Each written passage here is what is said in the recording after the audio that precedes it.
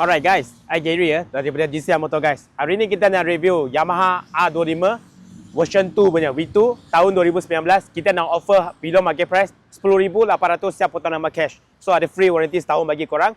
Kalau buat loan kredit, minimum deposit kosong, bulanan 200 lebih selama 5 tahun.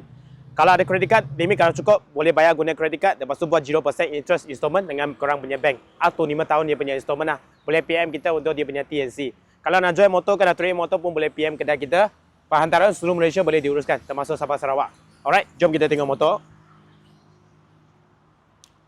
Alright, first side mirror Wingler design punya side mirror dah ada. Lepas tu windshield yang ada bobber racing sport punya.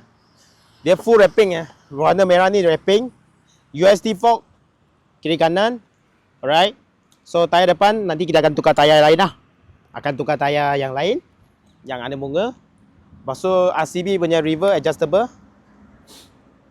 Alright. Exhaust pun standard, engine standard. Okay, tayar belakang masih ada around 30%. Rosso 4 150/60/17 Pirelli. Maga di belakang dia dah buang. Ada bobin. Lain semua standard. Okay. Kita mileage 72,000 original. Kita start bagi korang dengar.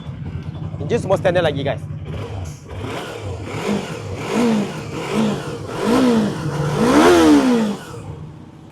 Alright, kalau korang tengah cari R25 V2, boleh PM kita. Kita jual harga murah, harga below market price 10,800 siap potong nama cash. So ada free warranty setahun bagi korang. Kalau buat credit loan, deposit kosong, bulanan 200 lebih selama 5 tahun. Kalau ada credit card, bayar guna credit card. Lepas tu kita buat installment dengan bank, zero interest. PM kita untuk dia punya TNC. Alright, see you next video. Bye bye.